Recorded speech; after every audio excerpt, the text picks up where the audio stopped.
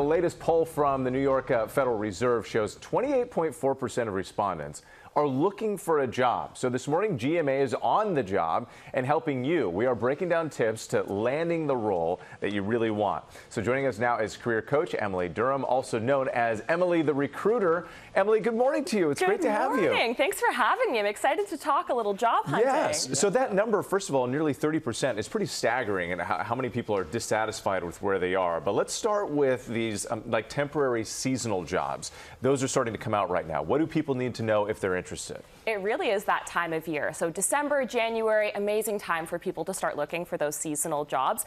I think what it really comes down to is if you haven't already applied, today's your day. We're going to go home. We're going to start applying for those jobs. We're no longer in a job market where you can apply for something and start 2 weeks later. Like, that's not the world we operate in anymore. So apply quickly. And whether you're looking for full-time, part-time, seasonal, whatever it is, the trick isn't having a perfect resume. Nothing's ever going to be perfect. The trick is getting that resume opened because there is so much competition with that 30% of people looking for work. So what you actually need to do is follow up. Like, that's the secret sauce in this little recipe. So after you apply for that job, I want you in store. Get in there, schmooze, put on your good polo, go say hi. If you've applied to a corporate role, fantastic. Hit LinkedIn. Let's send the recruiter a message. Let them know that you're interested and that you've applied. It's also a good time. Let's phone a friend. Let's ask for referrals. Let's start networking. This job market, in my perspective, is one that is entirely ruled by who you know, not what you know. Whether that's right or wrong, I can't comment on it. I just want y'all to get hired. It is what it is. I didn't cook it this way. And I wasn't sure what you meant when you said before that this isn't the kind of job market where you apply and start 2 weeks later,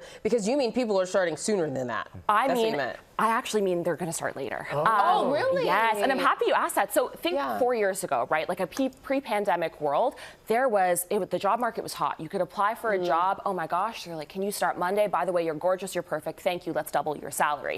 That's not the world we're working in today. Now we have, for the most part, more job seekers than jobs available. Competition's tough, so why won't they throw in that extra round of interviews? No, we're not going to take that negotiation. We're going to go for the first person that says yes. So that process actually extends a little bit longer than we would like it to. Interesting. It's a funky world we're living in. Okay, so what do you recommend for those coming out of high school or college who don't have much work experience? And that's the thing, you need the experience to get the experience, but how do you get it? Have you seen that meme where it's like the toddler in a construction hat saying, this is when I should have started working? That's how I feel about this. First things first, we've all been there. Stop panicking. There is no need to panic. But I think we really need to fundamentally redesign what experience looks like. Your academic experience, I don't care if that's high school, maybe that's volunteer, maybe that's projects, internships, hopefully paid internships. All of that is legitimate experience. So let's repackage how you sell yourself. Like, I don't want young people walking into interviews saying, oh, by the way, I don't have this. Oh, I'm really smart, but I don't have any experience doing this.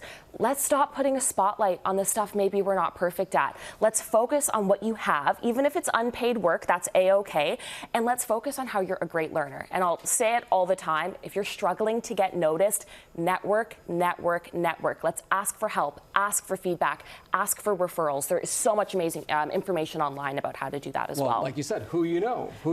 It's who you know. All it is a phone call. And you were talking about how, not everybody has the perfect resume or cover letter.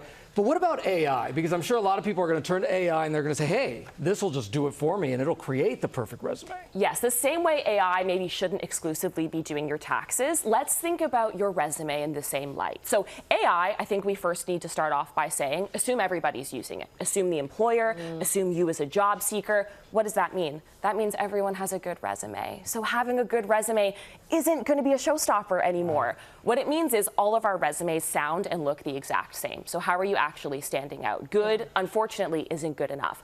What I recommend doing when it comes to your relationship with AI, use it as a starting point. Let's use that as a template, but we need a human touch. Otherwise, it's not going to work. We actually asked AI, I thought this was really interesting, to put together a generic resume for us. And I was like, show me a generic marketing resume. A couple of things that are interesting. Miss AI loves a buzzword. So they're saying things like digital marketing, data and analytics. Okay, like what does that mean? What do you mean? Digital marketing is a lot of things. Analytics, that's a lot of things. And if somebody's asking you those questions, you better know the answer. You better know. Yeah. AI also will start putting buzzwords in there where you're like, honey, I'm going to have to Google that as well. I don't know what that means. Data's going to be on there. Great. But you're not telling me what campaigns that 25% Emily, is you aligned are to. so fantastic, and you break it down so well. Thank you. so much. Thank you so much. Thank you.